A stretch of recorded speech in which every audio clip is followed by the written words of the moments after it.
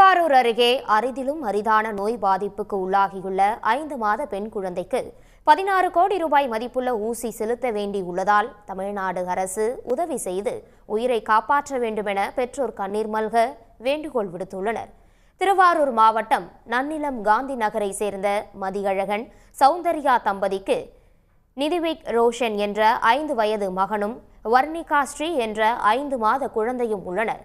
குழந்தை வர்ணிகா ஸ்ரீக்கு 1 மாதத்திற்கு முன்பு தலை நிற்காமல் கை கால்கள் அசைவின்றி இருந்ததால் அச்சத்திற்குள்ளான பெற்றோர் சென்னையில் உள்ள தனியார் மருத்துவமனையில் அனுமதித்துள்ளனர்.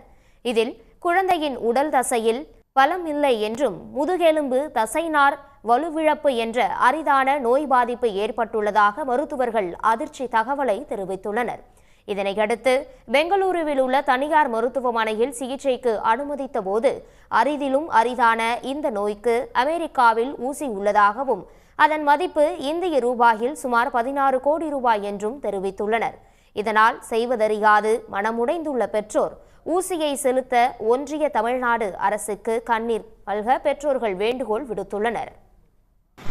குழந்தை வர்ணிகா ஸ்ரீ அவருடைய உயிரை காப்பாற்றுவதற்காக தமிழ்நாடு முதலமைச்சர் மாண்புமிகு ஸ்டாலின் ஐயா அவர்களுக்கும் பாரத பிரதமர் நரேந்திர மோடி ஐயா அவர்களுக்கும் பணிவான ஒரு வேண்டுகோள் வச்சிருக்கோம். என் குழந்தையை காப்பாற்றுறதுக்கு நீங்கள் முயற்சி செய்யுங்கள் ஐயா. உங்க உதவி எங்களுக்கு என் குழந்தையை காப்பாற்றுறதுக்கு பெரிதும் உதவும். பொதுமக்கள் 20 ரூபாய் முதல் 100 ரூபாய் வரை கொடுத்தாலும் தங்கள் பால்மனம் மாறாத குழந்தையை காப்பாற்ற முடியும் என்று உள்ளம் குமுற வேண்டுகோள் விடுத்துள்ளனர் பெற்றோர். உடனுக்குடன் செய்திகளை தெரிந்து கொள்ள சன் நியூஸ் பெல் ஐகானை கிளிக் பண்ணுங்க.